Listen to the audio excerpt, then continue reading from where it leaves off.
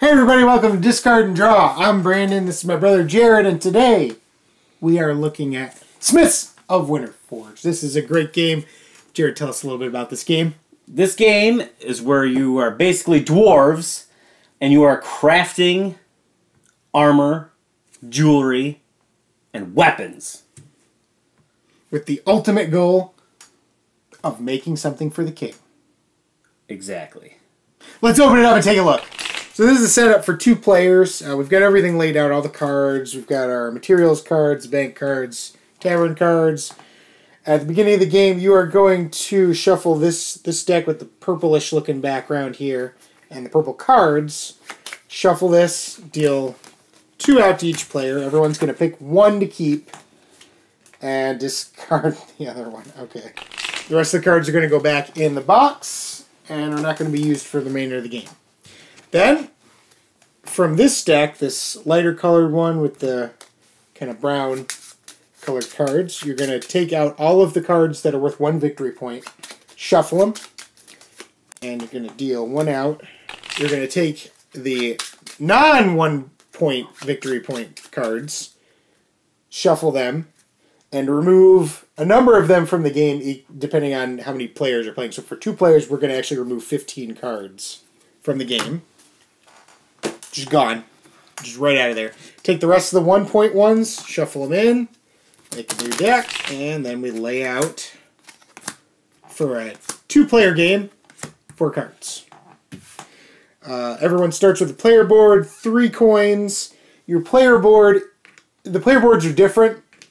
Each one, in addition to being a different color, is also going to start you out with a different skill set. So, for example, I start out with 2 skill in making weapons. Jared's got a board that gives him 1 skill in armor, 1 skill in accessories. So you've got your 2 cards, you've got your money.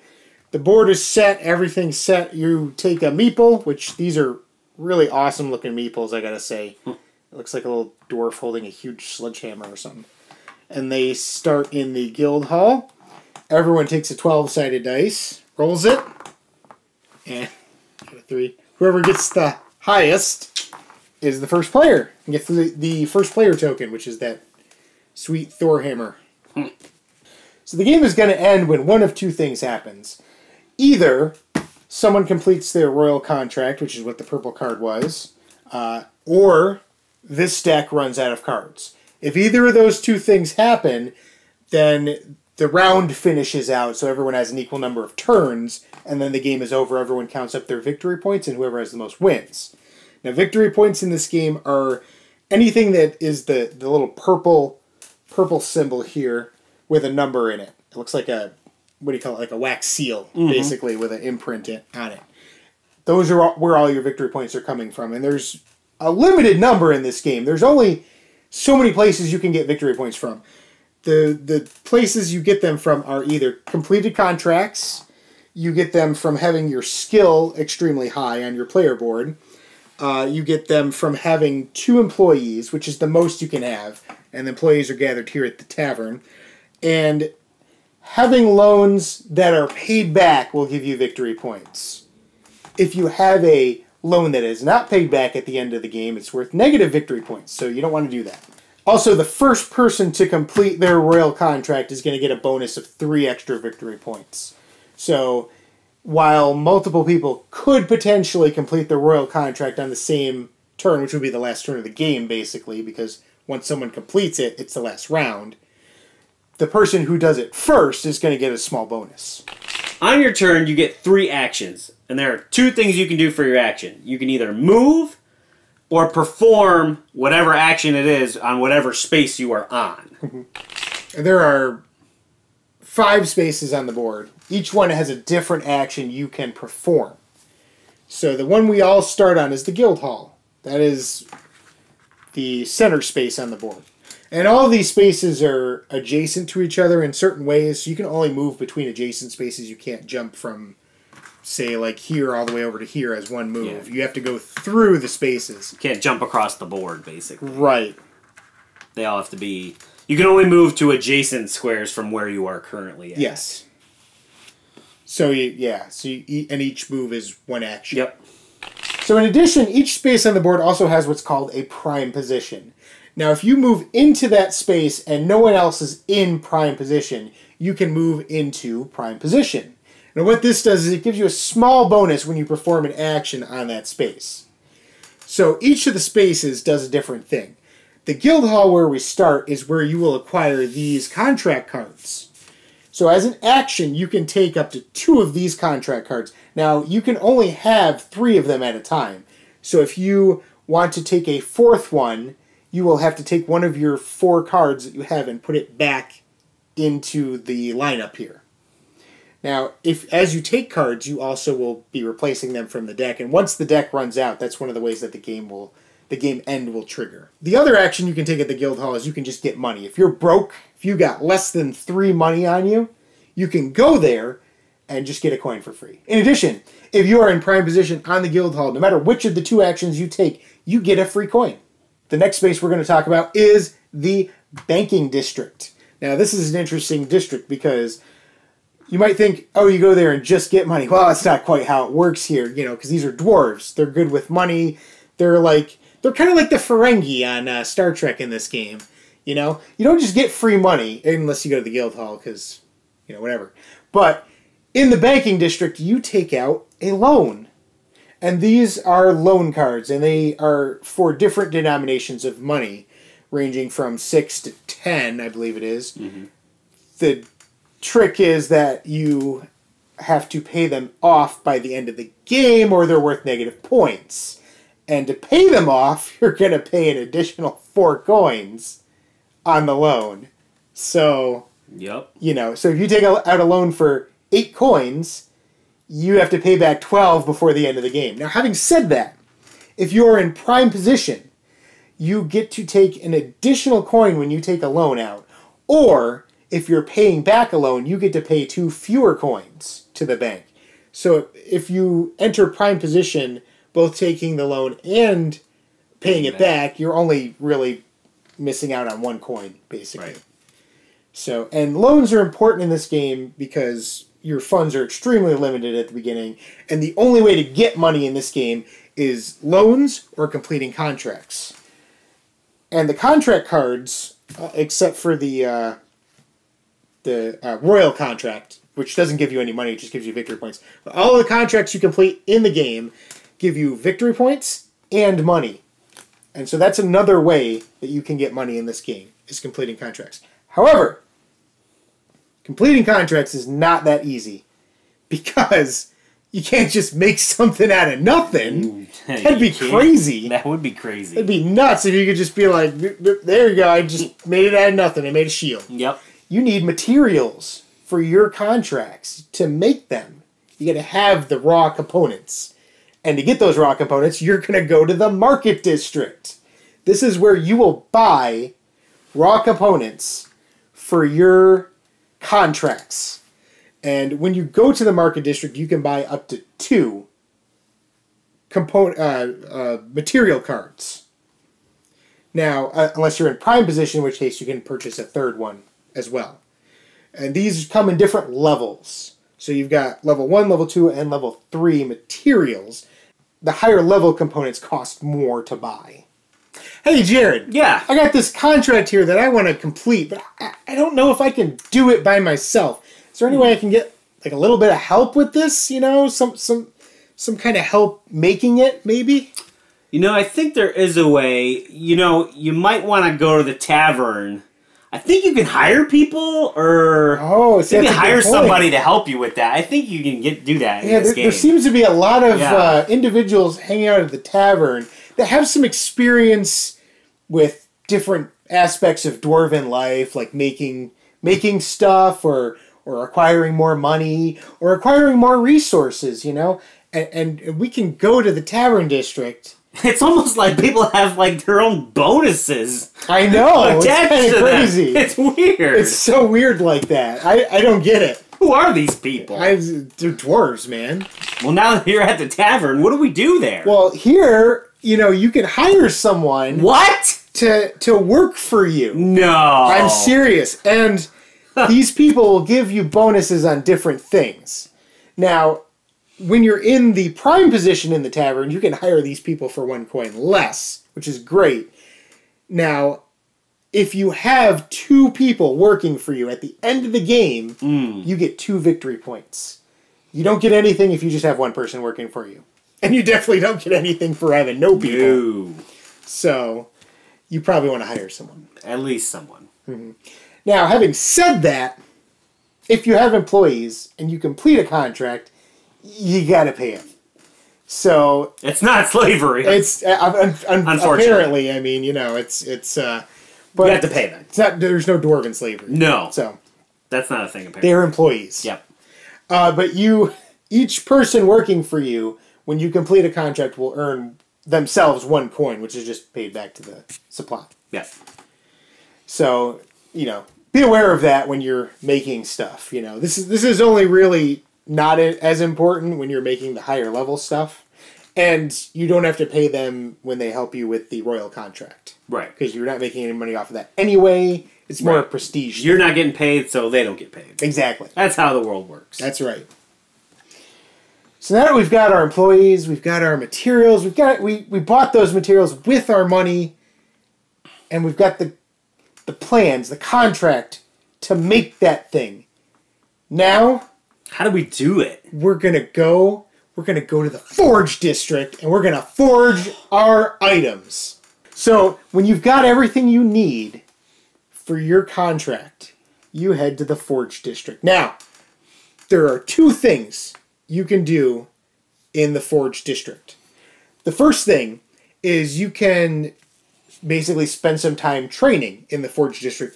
You spend some money, and you increase one of your skills by 1 point. That's the first thing you can do. And if you are in prime position, you pay 1 fewer coin to do this. Now, the second and most important thing you can do in the Forge District is forge something. So one of your contracts that you have, if you have the materials for it, if you have the contract, you have the plans, if you want to bring some employees to help you with it, once you have all that, you go to the Forge District and you forge your item. But it's not that simple. No. It is not that simple. Why would it be? That would be silly. That would be silly. So once you have everything you need, let's say I have this, I have this, I got this material here, I bought these things. I just need this. I bought these here, and I have this. Look at, I have this nice round shield that I want to make because it's going to give me a lot of money and some victory points. So the contracts will tell you what you need. Now, there are 3 different types of materials. You've got your base metals, you've got, I don't really know what to call it, other kind of raw materials, and then you have gems that you can add to something. And the card will tell you what you need of each type on it and how many. So, for example, my round shield needs 2 of these, I don't really know what to call them, raw materials, I guess. They're not worked. It's not metal specifically. It's usually like leather or stone or wood, something like that. It's a raw material of some kind that's not metal, basically. A natural, almost. So, because all of the metal that you use is like bars. It's like already smelted. It's worked. So it's not like they're already raw in ore, ingot form, as it were. And these are not necessarily, I mean, the stone looks like it's blocked, but the wood is it just looks like someone cut down branches or something. And the hide is, I'm pretty sure, even tanned leather, and stuff, you know, but... Probably tanned. But again, it doesn't fall under metal, so it's basically everything that's not metal that you would use to make stuff. It falls under this category. Everything that's not a metal or a gem. Basically. Yep.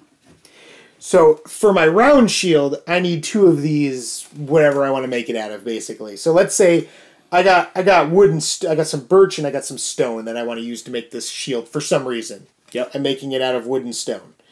So, now I've got those 2. So, each of these material cards, in addition to telling you what they are, in addition to giving you a name and a price on them, have a die size. So, these two right here, this stone and this birch, this has D4s on it. 4-sided dice. So I need 2 to make this round shield. These 2 resources give me 2 4-sided dice. And they're color-coded too, so you can easily tell as well, unless you're colorblind, unfortunately. but they're also shaped and everything, so right. it's not entirely on color. But anyway. So, on your contract, in addition to having what materials you need to make it, it also has a number sitting above a little anvil there. And that number is the target number you have to reach to successfully forge this item. So my shield has a 6. So what that means is, with the materials I'm using to make it, this wood and this stone, the 2d4s I have to roll a 6 or higher in order to successfully forge this round shield. So I'm going to take these 2 dice. I'm in the Forge District. I'm going to try and make this. I'm going to roll these. And I rolled an 8, which means that I have beaten the number on the card. I have successfully forged a round shield out of wood and stone. I don't know how, but I somehow did it. You did it. So these 2 cards, the 2 material cards you used, go underneath the appropriate stack, whatever level they are, which those were both level 1s. Mm-hmm. I have earned myself a victory point at the end of the game. I also immediately earned myself the money listed on the card, which in this case is 5 dwarven monies, whatever you want to call it. And then this card is tucked underneath here on your player board. At the end of the game, you're going to pull all those out that you completed, all of the contracts. You're going to count those up. Those are going to be part of your victory points. For right now, they stay under there, and I can do something else now. I can. That was one action. That was one action. Now, if he was already, obviously, if he was already there, but if I had failed, if I had gotten, let's say I rolled like 2 1s. Okay, let's say I got a 2. That's not a 6. Nope, it is not a 6. So what you do is you get one of these little tokens. These are called work tokens. So basically, because you failed to successfully completely make it, but you're working on it. You're still going. So you put one of those on your contract that you're working on, and it's +1 to your next attempt.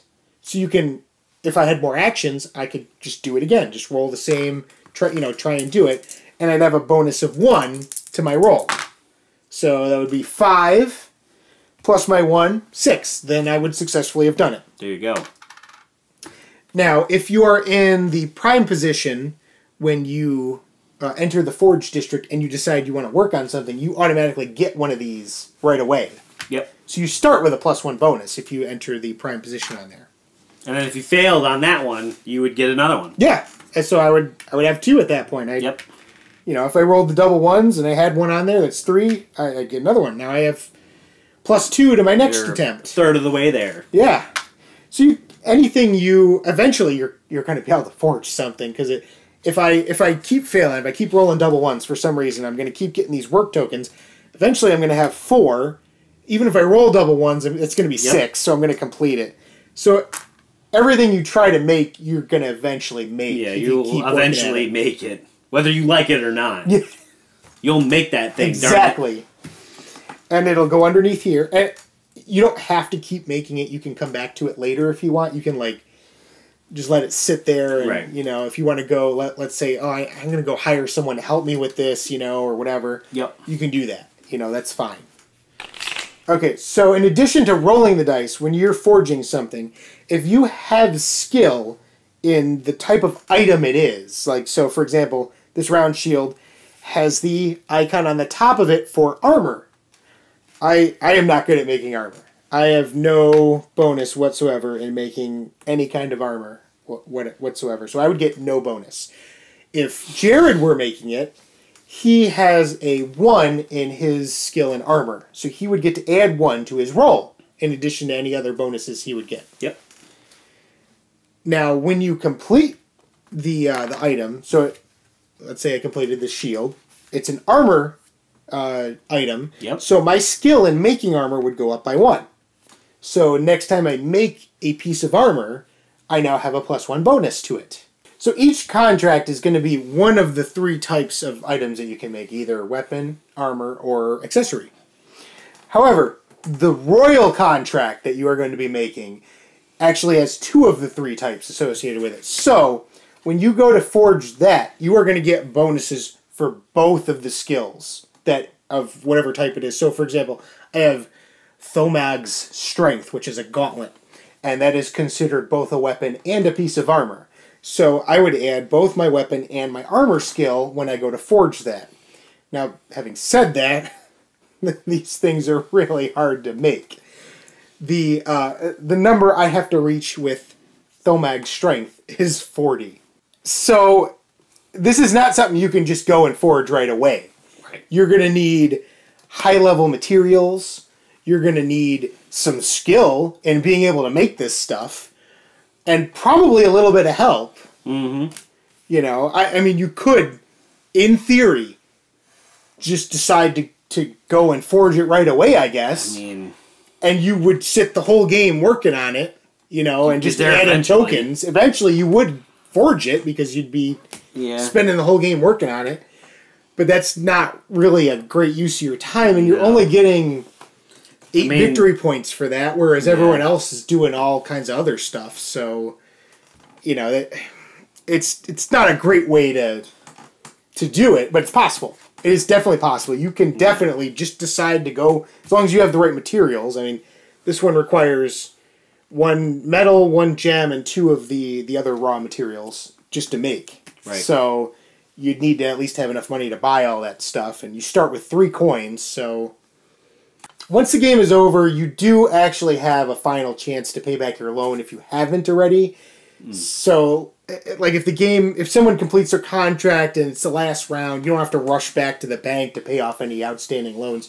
Once the game is over, they give you the chance to just, if you have the money, just pay them off just without having to do anything. Right. The difference is that you don't get the victory points if it's one of the first 2 loans you took out. So you're just losing the negative victory points for it, you know, because it was like, I didn't have time to go and do it, but I have the money, you know. Right. And it's only the first 2 loans that you pay back that you get victory points for, and that's during the game. So again, if you pay it back at the end of the game, you don't get any victory points. You just don't lose any. So Jared, what do you think of this game? I like this game. Yeah? I do. I like dwarves and I like crafting. That's very true. He does like both of those things. And that's all you need to know. No! There's more. There's more? Oh, wait, there's more. Oh, man. No, this is a good game. It's fun. It's a good system. Once you figure out what you're making and what your guy's good at and all that stuff, it's actually a really fun game, and it goes by a lot quicker than you think because you get in a rhythm, you start forging stuff, you start completing contracts, you hire some people, you get a loan, you're doing stuff, and then all of a sudden you look over and somebody's about to, someone's working on their contract. Somebody's working on their final contract, and you're like, I'm not ready for that yet. That is not cool. Yeah. Or all of a sudden the deck's running out because... People are ignoring the royal contract. Yeah, people are ignoring that. Like, we're not working on that. So, but you can get in a good rhythm and you start making a ton of stuff and get your stats high. And I mean, some of these give you actually decent money. Like this one gives you 12 money, and it doesn't seem like it's too terrible to make. It's the number's 18, which is a bunch, but only 2 things, and it gives you the bonus for iron. And these go up to 3 victory points. 3 is the hardest, and those are in the 20s to make.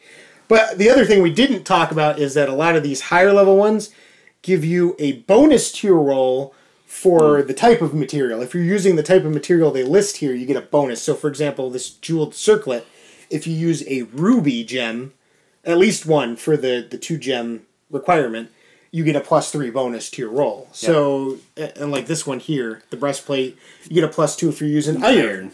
So, yeah, because basically you can use anything you want for this slot, which is what we talked about, the bar, the ingot form. Like iron. Or some kind of metal. Some kind of metal. Yeah. But like, there's silver, there's gold. Mithril. Copper. Iron. So if you use those, which would work, you just wouldn't get the +2. Yeah. But if you used iron for that slot, you would actually get the +2 to your roll every single time you attempt to make it. And iron's a D6 as well, so that's one of the higher. So that's not bad. It's a level 1 item, but it's a D6, so you're getting right in addition to the 6, you're getting automatically +2 to that, so you're rolling between 3 and 8 for that, just off the bat. It's not including the other material you're using to make, plus any skills you have in making that. But, yeah, moving around the board is fun. It's nice you get 3 actions per turn. It's a good number. It's a good number for this game. The prime position is fun. We didn't mention, but if you, let's say you were in prime position, right, and I went there, and then you left, you can't just on your next turn go, oh, I want to move into prime position. It's only when you enter that space and nobody's there. So if that happened, if I wanted that spot, I'd have to move and move back, which is 2 actions I'd have to burn just to get prime position. And usually it's not worth it to do that. No. There might be certain circumstances where it would be, but that would be pretty rare. So. But yeah, for the most part, you kind of just gauge where people are and then, move accordingly. You're working around them, basically. Yeah, you're working around like, okay, that guy's going to move out of prime, so I got to get in. Yeah, so if somebody moves out of prime and there's like 2 or 3 people in that slot, but it's your turn, and you move in there, you get that prime spot. Nobody else in there has a right to it. It's because they're already in there. So that's a little mechanic that's in there with the prime slot. And if you're playing with 5 or more people, there's actually 2 prime spots. There's an additional prime spot. Yeah. Which is nice, which I think is a good balance. Yeah. Especially with 5 or more people. And you actually can play this with 6 people, which is how many guilds there are, how many different colors there are in the game, player colors. And there's separate special rules for that. You actually end up getting 3 meeples to use, and it gets a little more complicated. And but if you really want to play with 6 people, do you really want to do that? We'll leave that for you to discover yourself. Go for it. We haven't actually done that yet. Yeah. But and then they got the player aid. This is a nice player aid, actually. It tells you everything that you need to know on each of the spots. Yep. Tells you how many actions you get. The other side has how to forge something. Success, failure. It tells you what number, how to add up your bonuses on completing a contract. So it's explained very well. Yes. Right in front of you. Brandon, what do you think? I actually really enjoy this game, and I'm going to say that I actually played this. A friend of mine, this was a Kickstarter game. A friend of mine backed this on Kickstarter, and I played it at his house the first time. I hadn't heard about it for whatever reason, and he had backed it. He had gotten his copy. We played at his house, and I loved it. I immediately went out and found it online and bought it. And I actually got a copy of the Kickstarter version. It was available online somewhere, so I lucked out, which was great because the Kickstarter version came with this neat little bag and some metal coinage for the game, which is really nice coinage, actually. This is I love this metal. They're legit metal. Yeah, these are fantastic metal pieces for this game. So if you can get your hands on a Kickstarter copy, it's definitely worth it for all that metal. All the jingle jangles. It's got that cool logo on it. And also, if you get a collector's edition, it comes with this. This is modules. Now, I don't know about that side of the table, but this side of the table loves modules in games, let me just tell you. This comes with 4 small modules. These are additional spaces that you can add to the game that do... it's more ways to earn victory points, basically. Because like we said, there's not really a lot of ways you can earn victory points in this game. And so this adds the Auction House, the Thieves Guild, the Runesmith, and the Shrine of Thomag. So these are extra boards. You can use 1, 2, all of them, none of them, whatever you want. So none of them sounds good. There's some extra tokens that go along with one of them. There's some extra cards that go along with one of them. Stuff like that. So the modules are nice. They're in the collector's edition. Well, that's it for this episode of Discard and Draw. I'm Brandon, and that's my brother Jared. Like our videos, subscribe to our YouTube channel, do what you gotta do, and we will see you in the next review. There are 2 actions that you can do on your turn to... I don't like anything. On your turn, you get 3 actions. On your turn, you get 3 actions. There are 2 So the guild hall where we start, where... Bleh. Now, if you are moving into... Bleh. Okay, let's try it again. So each space on the board... Hey, Jared. Yeah. You know, I want to build this thing here I got, but I don't know if I can do it on my own. What can I do to get some help on this? Nothing. There's nothing you can do. What? Nope, you're on your own. That's how the game works. No, it's not. I'm just kidding. I'm so confused. Me too. I don't even know what I'm doing here. So Jared, Bran, what do you think of this game? So Jared, what do you think of this game? You just had to get the drop on me. That's right. You? That's my brother Jared. And we will interrupt each other throughout this entire video.